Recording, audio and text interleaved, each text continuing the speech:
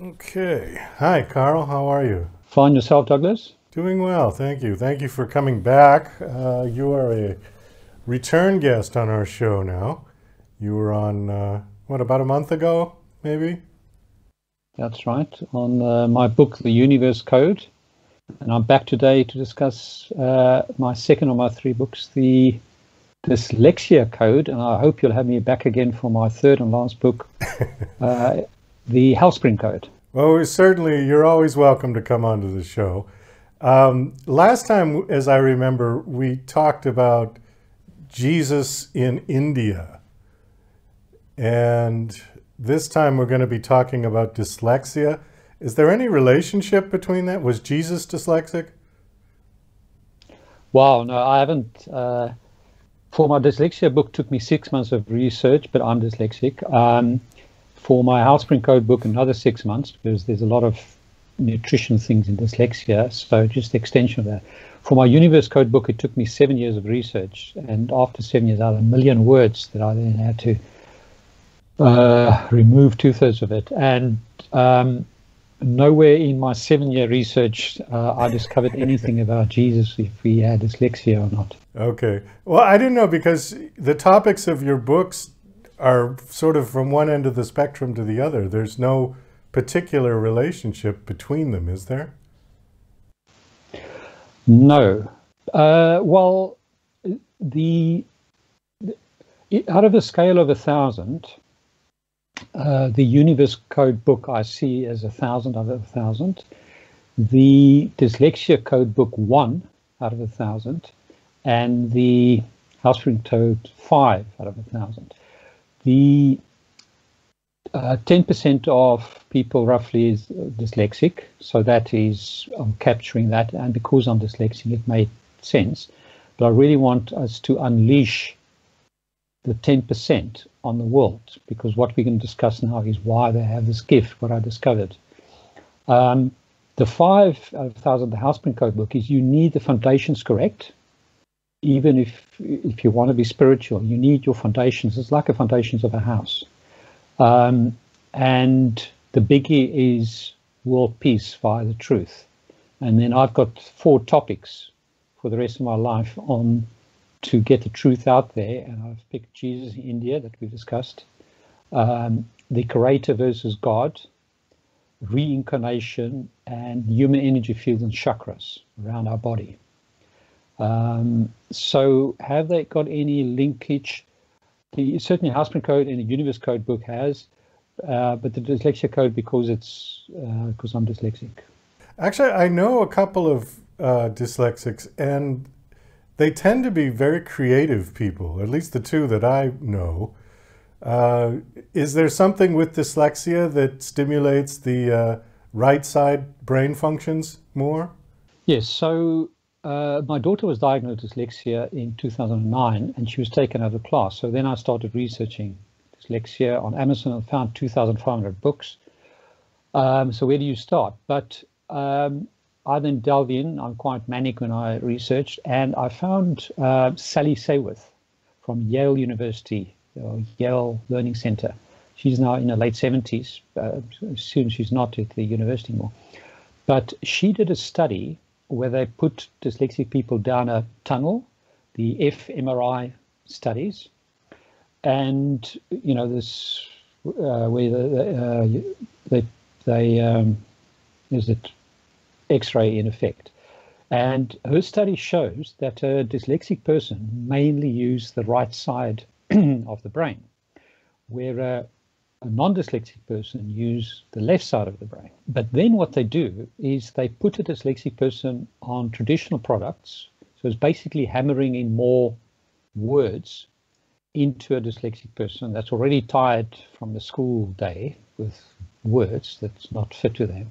Because we must remember that up to 5,000 years ago, before the written word, there wouldn't have been a dyslexic person. Dyslexia is actually a new phenomenon in evolution.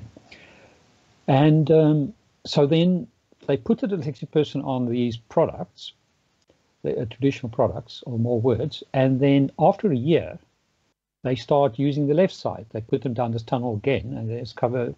So what the dyslexia associations are promoting is that they're making dyslexic people sequential, because the left side of the brain is sequential side, which is great for the educational system, and it's a gift in its own right to be sequential.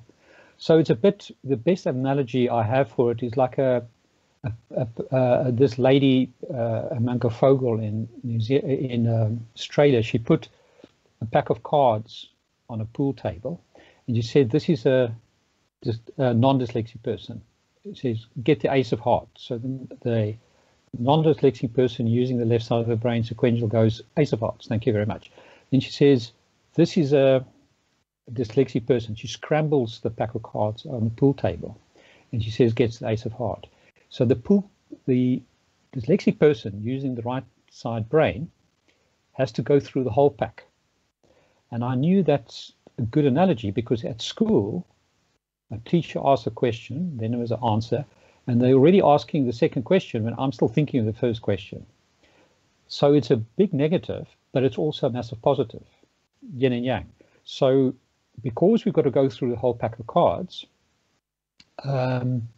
we think holistically, and I've always known I can see things other people cannot. Is there a why to dyslexia? Do we know what causes it? No one knows. I've got a section on that.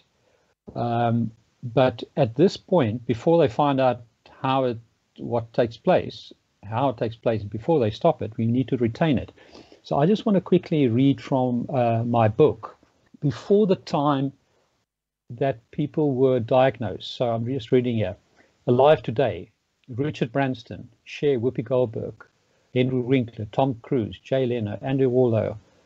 There's some English people, Ozzy Osbourne, Steven Spielberg, Orlando Bloom, Sylvester Stallone, Eric Brockovich, Eddie Izzard, Theo Pacific. Okay, historic figures. Listen to this. Albert Einstein, Nikola Tesla, Michael Faraday, Stephen Hawking, Steve Jobs, Robert Williams, Henry Ford, Da Vinci, Newton, Walt Disney, Thomas Edison, Picasso, John Lennon, Winston Churchill, Alexander Bell, Jefferson, John F. Kennedy, Oliver Reed, Woodrow Wilson, George Washington, the Wright brothers, Muhammad Ali. So all of these people were never diagnosed. So they were just left alone. So that's why my book is called Dyslexia Code, subtitle, Why Right Brain Children Should Be Left Alone. Because the Caspace Business School in the UK have shown that a dyslexic person is 4 times more likely to be an innovator than a non-dyslexic person. And so, and the Creator made us the way we are. And what's happening currently, dyslexic associations, that's 99% non-dyslexic people, that's sequential people, want to take away the gift of dyslexia. And they don't mean badly, so that's not the issue, but it's taking away the gift.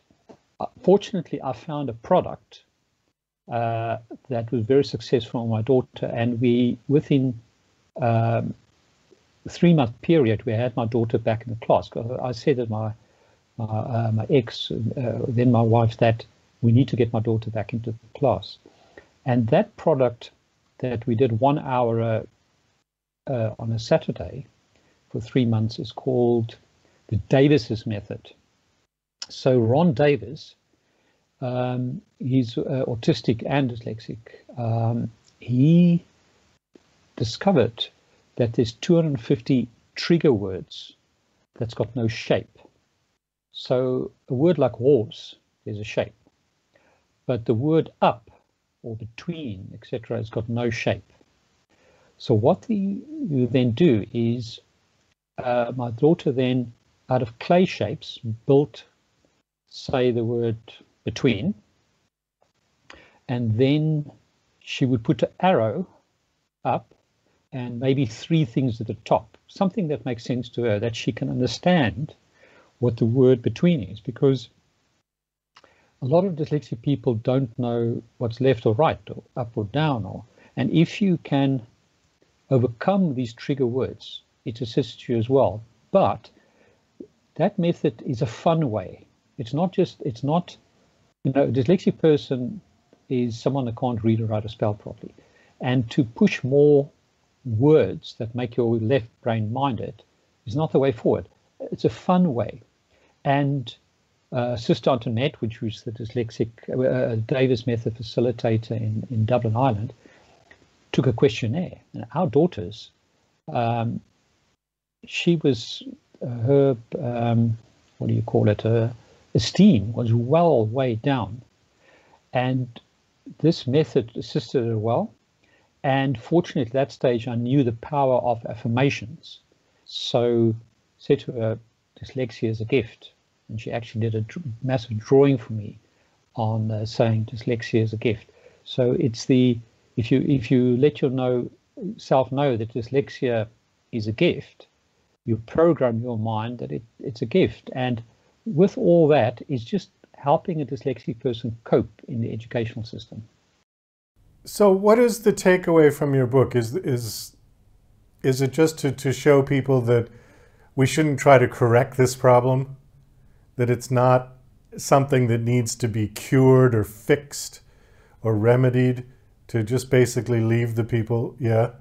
Yes, because if you measure success by how many, in a question paper, if parents measure success, how many ticks, say out of 10, their child make on a exam paper at school, then dyslexia is you can term it a learning disorder if you want to, because that's what they term it currently.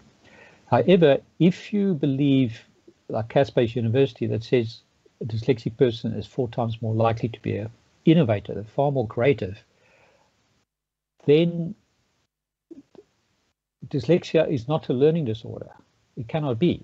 How can Einstein, that was dyslexic, it's not a learning disorder. One of the other gifts of dyslexia, in my book I list 7 further gifts, and one of the 7 is that because you struggle at school late on in life, you used to struggling, and then you can pursue difficult things where others cannot. But you ask me, what should a person do? Well, obviously I'm going to say, please go to lightsurfers.me and buy my book, The Dyslexia Code. It's on Amazon, $3.50. But we're creating an event that's going to be once a year. I wanted it physical and virtual, but London South Bank University alumni is backing me. And for the first year this year, it's going to be 30th of October. And it's going to be a virtual event. And it's free, so the tickets will be up hopefully middle March.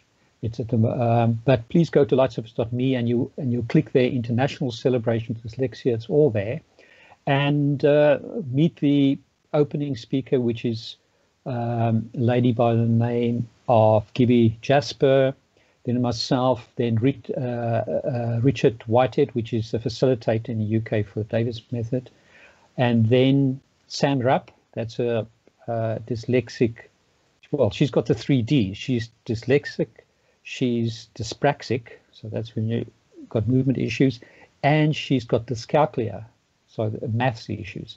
And she's a dyslexic poet, and she's going to let the audience do some poetry, and then most importantly, there's question and answers. So that's what I will say.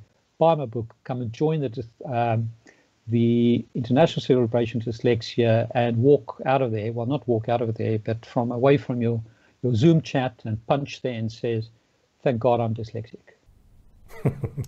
Karl, I think on that note, we have to wrap it up. Give the website out one more time, please. It's light as light of the creator, surfers as surfing the wave with the S at the end, all one word, .me, lightsurfers.me. Great. Thanks so much for coming back on the show, and best of luck with your project and with your presentation.